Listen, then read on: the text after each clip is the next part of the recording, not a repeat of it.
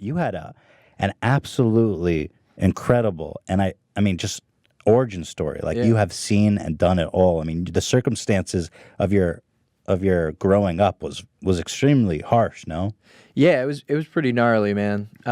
You're from Maryland, right? From Maryland originally. Rough place in Maryland. See, here's the crazy thing. So the way Maryland is it's like anywhere in the world, there's good places and there's bad places. And where I lived, it's like, oh, suburban, beautiful area, but then you go a couple miles down and take a left, and it's like you don't want to walk down here. You know what I mean? Yeah. But I always say even much more than just your neighborhood is also where you lived. You know what I mean? And so, like I said, in my house, in my apartment, like the gnarliest shit was going on. But even in the building, there was people who like would rent various apartments, and in this apartment they were cooking crack, in this apartment they were pimping out prostitutes, in this apartment they were selling the narcotics, and knowing that all this is happening and seeing it and being invited, and like you're like 8 years old and you're like, crack, like, you know what I mean? It's like it's pretty gnarly. But I never, even though I went through a lot of messed up stuff, even when I was young, I always knew it wasn't right. It wasn't like I've said that I've done dumb shit. I've shot guns. I've run around with knives. I've done all types of crazy shit, but nothing I can ever look in the mirror and like regret. You know what I mean? Like nothing like that. But it was really difficult. But I just never focused on it. I always focused on how to get out, and for me it was music. And I always looked at I never looked at it like, oh yeah, bitches and hoes and boats. Like I'm just gonna like be a rapper. I always say persistence, determination, and realism. Persistence, determination, realism, and wanting success more than your next breath. Like that's how you can get there. And some people say, oh, it's not realistic to be a rapper. But I never looked at it as that. I looked at it as a business. And if I could market and brand myself a certain way, like Teddy Fresh, then, people would want to buy into that brand. Right. But the thing that I didn't want to create was a brand that was built on fallacy. So I was like, all right, well, you know what? I'm going to be myself to the utmost degree, and it's either going to work or it's not going to work. And it's working. It's doing working. Right. It's doing okay. Yeah. So both your parents, when you were growing up, were drug users. Is that correct? Yeah. And alcoholics as well. Yeah.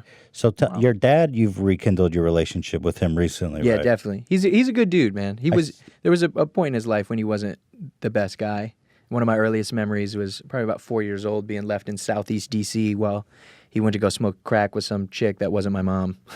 Jesus. Yeah, I would have preferred if they smoked crack together. Yeah, come on. As all good couples do. Definitely. At least share the crack. Yeah, I was conceived out of wedlock 3 days after they met on my mom's best friend's floor, apparently. Wow. Leave it up to my dad to tell you that at 11. Yeah, he's like, son, I have something I want to share with you. Yeah, so they were never really together. But I saw your dad in, I think it was like an MTV interview, and he seems like your biggest fan. It was very sweet. He had the Rat Pack hat on. He had the one of your album cover shirts. He was all decked out. He's a good dude. And what I've realized... seems smart and thoughtful. Yeah, there was just a time when, because like my dad has stolen my identity and like created credit cards with them. He's wow, like when I was a child, when I was 10 years old, he because we have the same name. So my name is Sir Robert Bryson Hall II, but his name is Robert Bryson Hall. Wow. And so I guess that's one reason to have a kid. But and name him after you. Yeah, there's a million and one things that he did negatively, but what I would like to talk about is the positive. Yeah. And there was a time in my life when, he kind of did me so wrong. I stopped talking to him, and then he like showed up at this signing I had out of nowhere, which was really weird. And I basically told him I never wanted to see him again, and that the next time I would see him would be at his funeral, which is fucked up. But it was honest because of what he's done. And I was like, I've given you 1,000,000 chances, and he's like, I just want 1,000,001, and I was like, no. And so, years I didn't talk to him, and I thought about it about a year ago, and I was like, you know what? It's not that I'm angry at my dad. It's that I don't want to be hurt. It's that I don't want to open up this door and this vulnerability to be hurt again. And I really thought about it. And I was like, 60-year-old me is much wiser and would probably still want to do everything that he can to have some sort of relationship with this man while he's still here. Yeah. So even though I might not be wise enough to do it, I'm going to do my best, but I'm going to lay down ground rules. And I was like, don't ask me for shit. There was a time my dad asked me for $800,000 to buy him a studio. What? Like it's a big ask. Yeah, it's a big ask. Hey son, you got $800,000. You got to work you got to creep in a little more subtle. A little more subtle. Like, Yeah. Yo, hey man, you know. Couple hundred Yeah. for groceries. So, but there's things I've just learned. Like my dad he's my dad, and he's kind of like a really cool uncle. You know, who lets you do shit you shouldn't do, or talks to you about shit he doesn't do. Like my dad steals my weed. Like that's funny. You know what I mean? Like it's hilarious. But I set ground rules, and I was like, don't ask me for shit. You know, there's certain members of my family I just don't talk to because they asked me for a bunch of stuff, or they wanted things from me. I'm like, I don't want to talk about them. If we're gonna have a relationship, it's about me and you. Period. Right. And so I laid that down, and it's been really good. He just got married. Oh. With a Bluetooth in his ear. My dad wears a Bluetooth all the time. That's dad as fuck. Yeah, it's so dad. That's the daddest shit I ever heard. However, my mother, last time I talked to my mom was on my 21st birthday. And yeah, so that was like a while ago. And I called her because my sister called me crying, and she was like, Mommy says that you don't talk to her because of me. And I was like, what? That's fucked up. That doesn't even make any sense. And I called her and I basically said, Mom, the reason I don't talk to you, and I hadn't seen her since I was 18. I said, the reason I don't talk to you is because it's your way or the highway. My mother's the type of person who's like, she's super religious, and she's like, don't take the Lord's name in vain. God damn it, motherfucker, cocksucker. Like, that's my mother.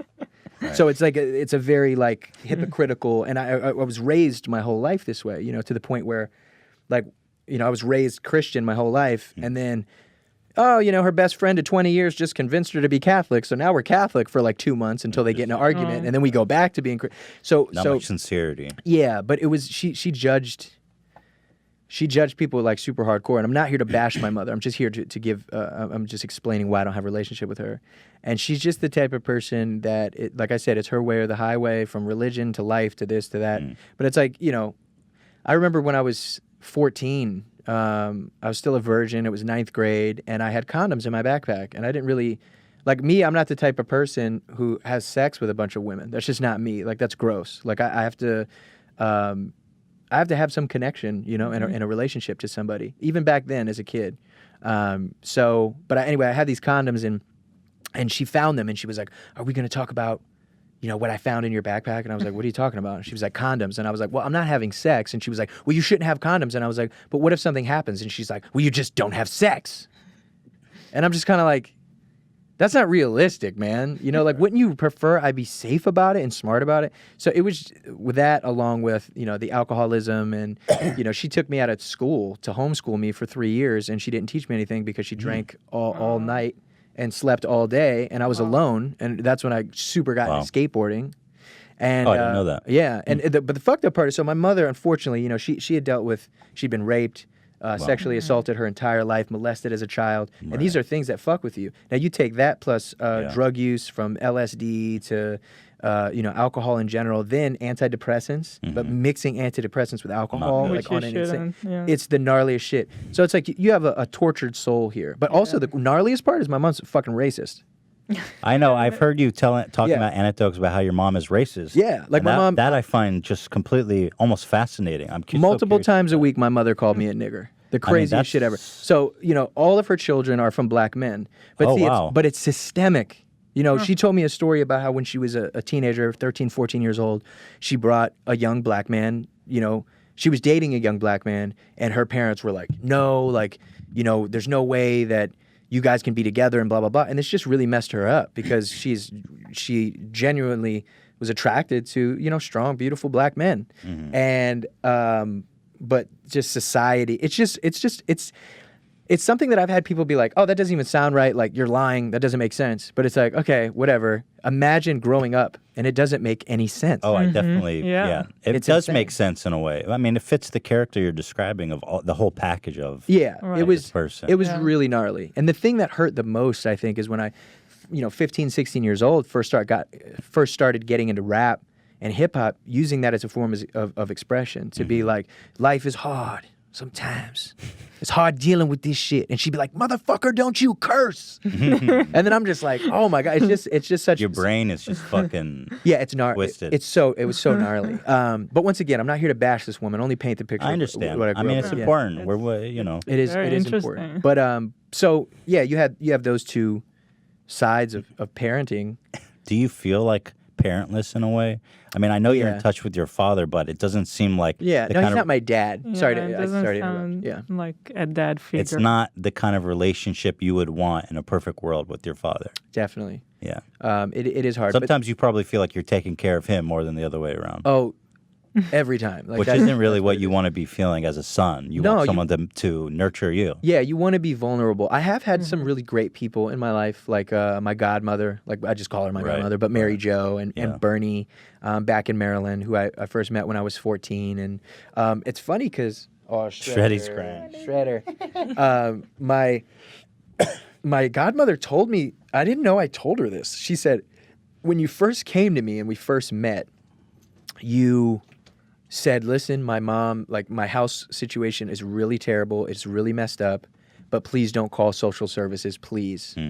And she said that I said that because I was like, and I know why, is because I don't know what the hell is out there. Yeah, better, I don't- better the devil you know. Exactly. Yeah. And I remember that. I remember windows being shattered by cinder blocks, like my mom throwing shit, like just the gnarliest shit, and me crying as a small kid, like all the gnarliest shit. I've been kidnapped. I've been held hostage. What? Like the craziest shit, dude, I've seen and dealt with. And I just always knew it wasn't right. I don't know how to explain. I just knew it wasn't right. I was like, hey, this is not how you treat a child. This is Right. not how you treat one another. And it's like seeing my mother being beaten and bloody and drunk. And one of my earliest memories, it's about 3. And my mom was having some kind of an argument, but I was asleep. And it was about 3 or 4 in the morning.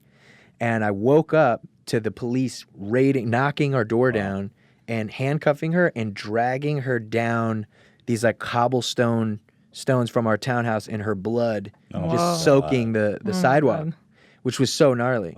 But I was like, yeah, that's not right. I was like, What that's can you not do, right. though? Yeah, for sure. It's pretty Man. insane. But it's like, damn, this seems like pretty dark right now. Like, No, I'm it's- okay.